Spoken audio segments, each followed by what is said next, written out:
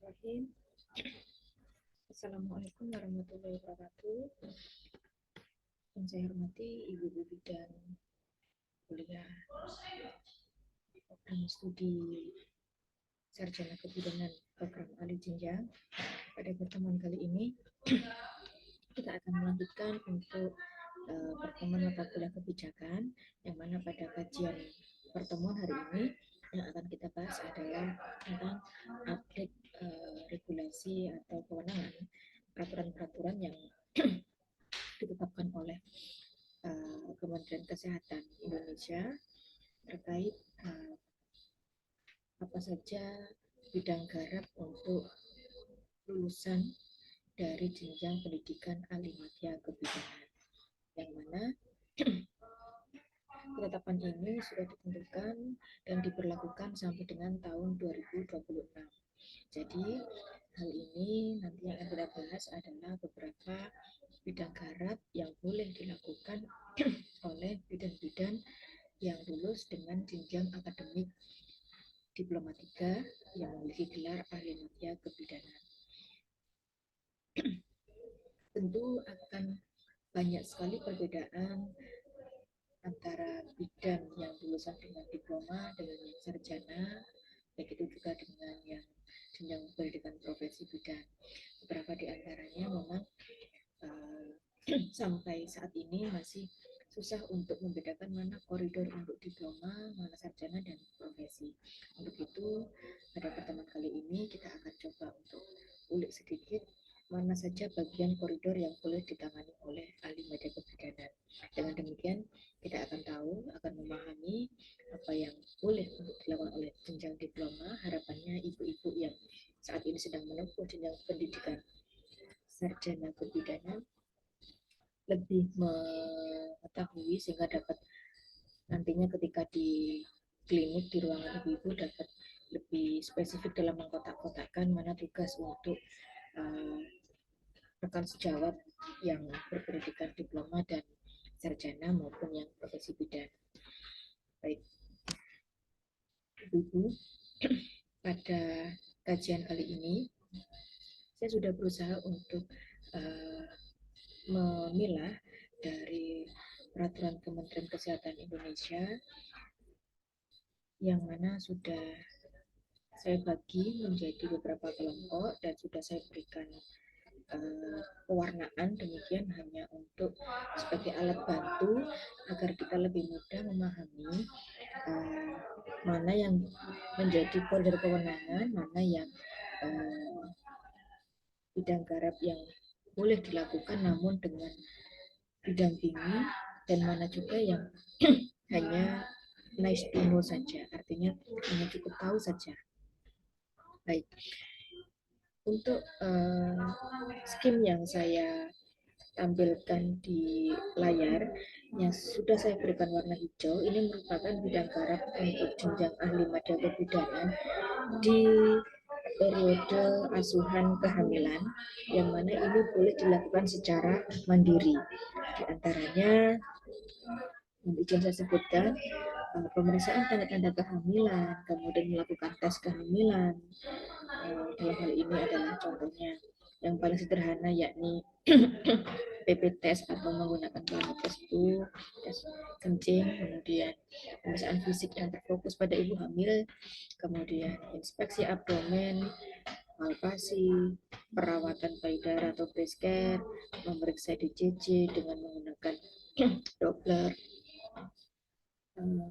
menghitung usia kehamilan, kemudian mengidentifikasi status dari TT, tetanus toksoid, kemudian pemberian imunisasi TT, menghitung taksiran berat janin, mengisi buku KIA, pemberian suplementasi, memfasilitasi senam hamil, memberikan konseling mengenai perencanaan persalinan, bagaimana pencegahan komplikasi yang mungkin terjadi, sampai dengan konseling keluarga berencana dan konseling pendidikan kesehatan untuk persiapan persalinan kelahiran, tanda-tanda bahaya, dan pemberian referensia.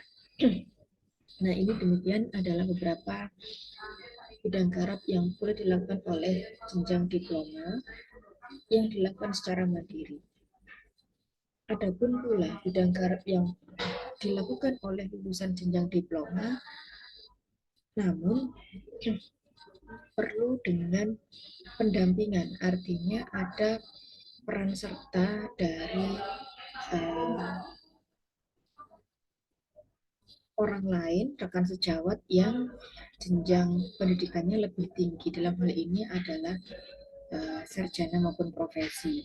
Artinya, bidan dengan lulusan ahli media tidak diberikan kewenangan secara mandiri untuk melakukan hal-hal yang tersebut, diantaranya adalah mengidentifikasi adanya masalah-masalah yang mungkin dialami oleh pasien pada keluhan payudaranya semasa hamil, kemudian mengidentifikasi masalah-masalah malnutrisi atau gizi pada ibu hamil, kemudian penggunaan NST atau CTG, bagaimana screening kehamilan risiko tinggi, sampai dengan melakukan tata laksana kegawat daruratan. Ini jelas untuk ahli media kebidanan tidak diberikan kewenangan secara mandiri, namun boleh melakukan asal ada pendampingan dari rekan sejawat yang lebih tinggi. Jadi kegiatan ini dilaksanakan secara kolaborasi, baik itu dengan rekan bidan ataupun dengan dokter spesialis di SOG. Kemudian ibu-ibu, ada pula bidang garap yang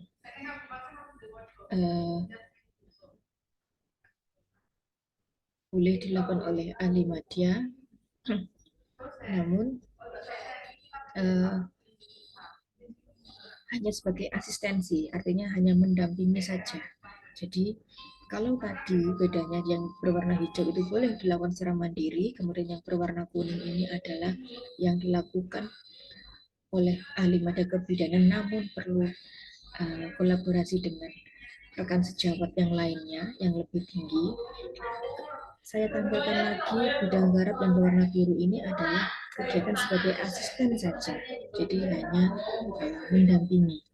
Yakni diantaranya adalah untuk mengambil kesimpulan atau interpretasi hasil dari NST atau CTG, kemudian memberikan edukasi, berikan kesehatan mengenai hasil pemeriksaan penunjang atau pemeriksaan laboratorium yang mungkin dilakukan oleh beberapa ibu hamil, sampai dengan memberikan tata laksana pada korban kekerasan fisik yang mana ini hal ini dialami oleh ibu dalam periode atau masa kehamilannya. Nah, itu tadi 3 contoh bidang garap yang membedakan untuk jenjang ahli media kebidanan, mandiri, dengan pendampingan, dan hanya sebagai asisten saja. Selanjutnya ada pula bidang garap oleh ahli media kebidanan ini yang hanya cukup tahu saja, artinya hands off. Jadi sama sekali tidak boleh dilakukan oleh ahli media kebidanan. Di antaranya adalah melakukan pemeriksaan dalam saat hamil. Jadi kedepannya ini yang boleh melakukan VT ini adalah bidan-bidan dengan jenjang sarjana atau profesi bidan. Demikian pula untuk DSOG. Jadi ahli media bukan lagi untuk melakukan pemeriksaan dalam. Jadi begitu ketetapan ini akan dilaksanakan, maka jelas akan membedakan mana lulusan diploma dan profesi bidan, demikian. Jadi yang boleh melakukan PT hanya yang memiliki legalitas bidan profesi. Kemudian melakukan tindakan amniocentesis, screening gangguan psikologis dengan menggunakan beberapa instrumen tentunya yang mungkin sudah ibu-ibu pelajari di materi mata kuliah yang lain. Jadi ada beberapa instrumen untuk men-screening kondisi-kondisi kemungkinan masalah gangguan pada psikologis ketika ibu dalam masa kehamilannya, sampai dengan bagaimana tata laksana gangguan psikologis yang mungkin dialami oleh ibu hamil. Jadi ini adalah bagian yang hanya cukup tahu saja. Selanjutnya untuk periode persalinan yang boleh dilakukan oleh ibu bidan dengan jenjang ahli madya ini diantaranya adalah nampak pada slide yang saya berikan warna hijau, diantaranya pemeriksaan fisik pada persalinan, penapisan, dukungan fisik, pemantauan, jadi mengobservasi, kemudian eh, melakukan asuhan persalinan kelas 1 yang normal, tonis skala 2, IMD, MAK 3, sampai dengan penjahitan luka derajat 1 dan 2 dan pemantauan persalinan skala 4. Jadi sampai di sini saja batasan untuk ibu-ibu yang dengan jenjang pendidikan ahli madya. Kemudian yang berwarna kuning tersebutkan bahwa di situ adalah bidang garap yang dengan pendampingan dengan rekan sejawat atau DSOG yang kualifikasi pendidikannya lebih tinggi.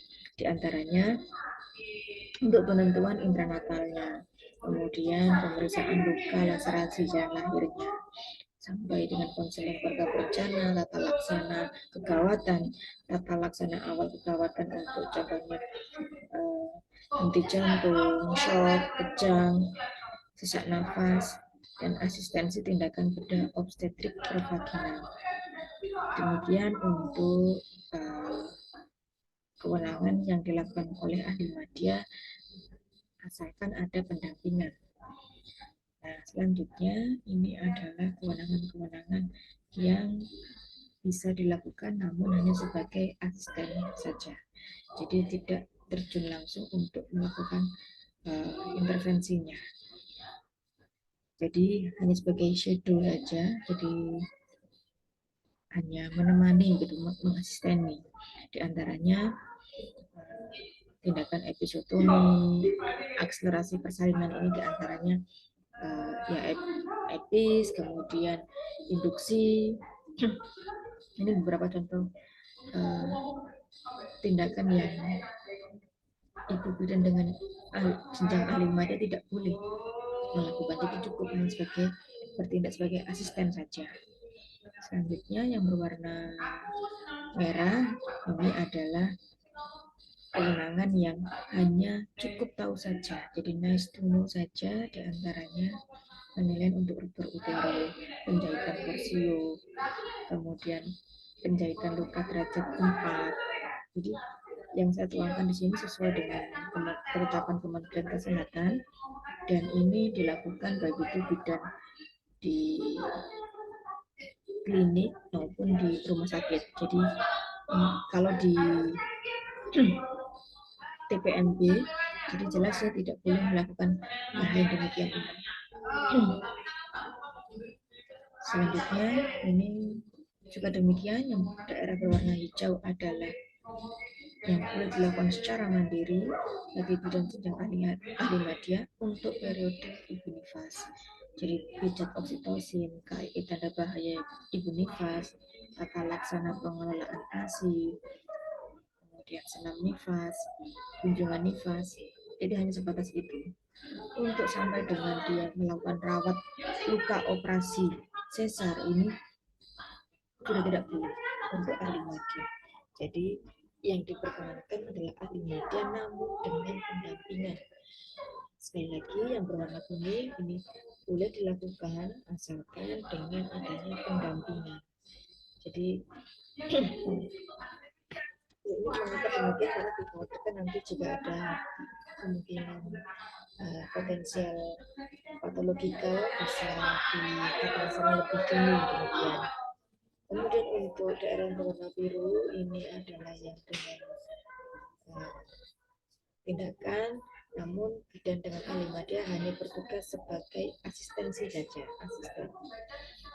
Antaranya perawatan hematoma pada jalan lahir, edukasi tentang masalah-masalah nifas, tromboflebitis, tata laksana pada masa nifas yang dengan penyulit, sampai dengan tata laksana kegawatan pada masa nifas. Jadi hanya sebagai asistensi, contohnya menyiapkan SO4, misalkan ibu nifas tersebut mengalami preeklamsi sampai dia menyiapkan kalsium glukonasnya dan seterusnya. Jadi tidak boleh terjun langsung sebagai pelaksana. Kemudian untuk asuhan pelayanan KB, pelayanan yang dilakukan oleh ibu bidan jenjang ahli madya diantaranya adalah pemanfaatan kriteria kelayakan medis dalam penggunaan kontrasepsi. Jadi yang memberikan jadi ada instrumen yang fungsinya adalah untuk mengkriteriakan apakah kontrasepsi ini layak untuk diterapkan atau untuk dipakai oleh calon reseptor. Kemudian pemeriksaan fisik terfokus pada itu dan pemberian kontrasepsi dalam bentuk pil, pemberian kontrasepsi kondom, pemberian kontrasepsi suntik. Tidak hanya sebatas ini untuk ahli madya kebidanan. Berikutnya, tindakan konseling keluarga berencana, pemasangan IUD, AF-IUD, pemasangan implan. Jadi tindakan pembedahan kecil ini boleh dilakukan ahli madya namun dengan pendampingan. Jadi ibu-ibu yang dengan ahli madya, teman-teman ibu yang mungkin masih di lapangan dengan ahli madya boleh melakukan ini asal didampingi oleh ibu-ibu. Jadi sebagai pendamping begitu. Ada verifikatornya. Selanjutnya yang boleh dilakukan oleh ahli madya namun hanya sebagai asistensi saja adalah pemberian kondar, kemudian memfasilitasi untuk menjaga relaksasi. Ini sederhana, namun jika perbendaharaan keilmuannya dirasa mungkin belum kompeten, demikian sehingga memperkecil kemungkinan terjadinya kegagalan, karena normal ini angka kegagalan cukup tinggi sehingga disarankan memberikan edukasi memfasilitasi untuk pendampingannya ini dilakukan oleh jenjang profesi. Untuk ahli madya ini hanya bertugas sebagai asistensi saja sampai dengan konseling untuk kontak itu MOW dan MOP. Berikutnya ini adalah untuk keterampilan dasar praktek klinik atau KDPK-nya. Ya, sebagian besar ini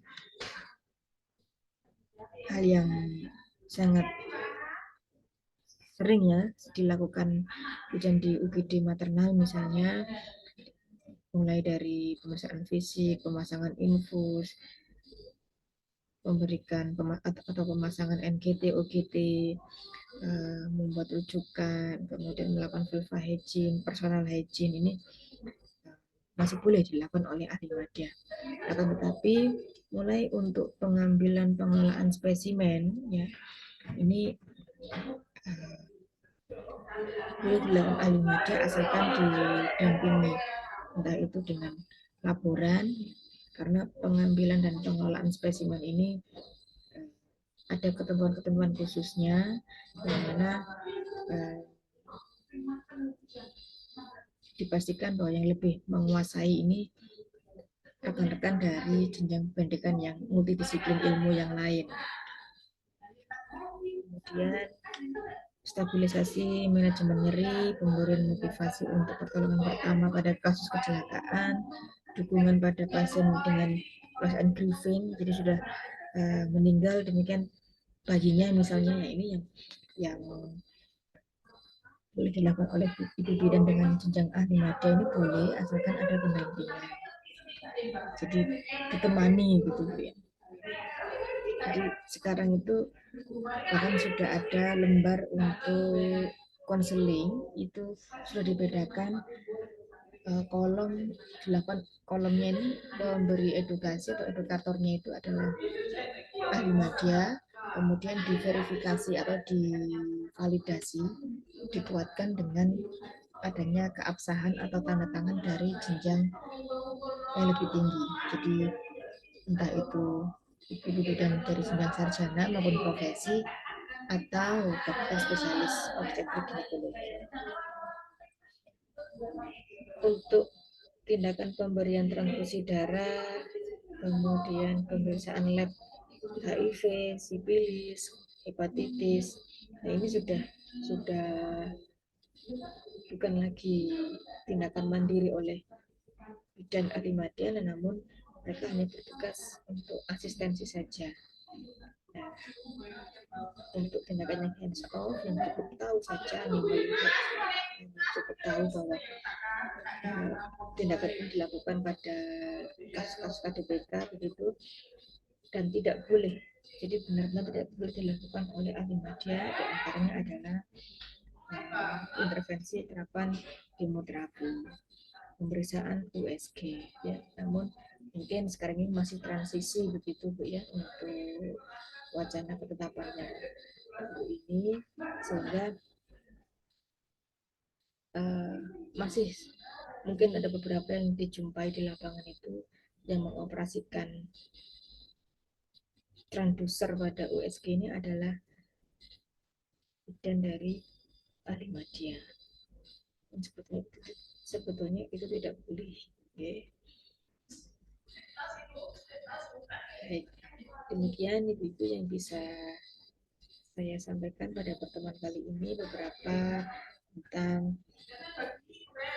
update untuk regulasi kewenangan dari bidan dengan jenjang pendidikan ahli media, yang mana secara klinis ini berlaku sampai dengan tahun 2026. Semoga dengan demikian ibu-ibu nantinya ketika sudah lulus jenjang sarjana maupun profesi yang kadang-kadang mampu memimpin untuk rekan-rekan sejawat yang lainnya, mampu untuk membedakan mana yang boleh dilakukan oleh ahli media dan mana yang hanya sebagai asisten, mana yang hands off, hanya cukup tahu saja. Harapannya semoga tidak jadi hal-hal yang tidak diinginkan sehingga membawa nama baik dari profesi maupun instansi tempat ibu-ibu bekerja. Mungkin itu yang bisa saya komunikasikan pada pertemuan kali ini. Kekurangan saya mohon maafkan. Saya akhiri. Wassalamualaikum warahmatullahi wabarakatuh.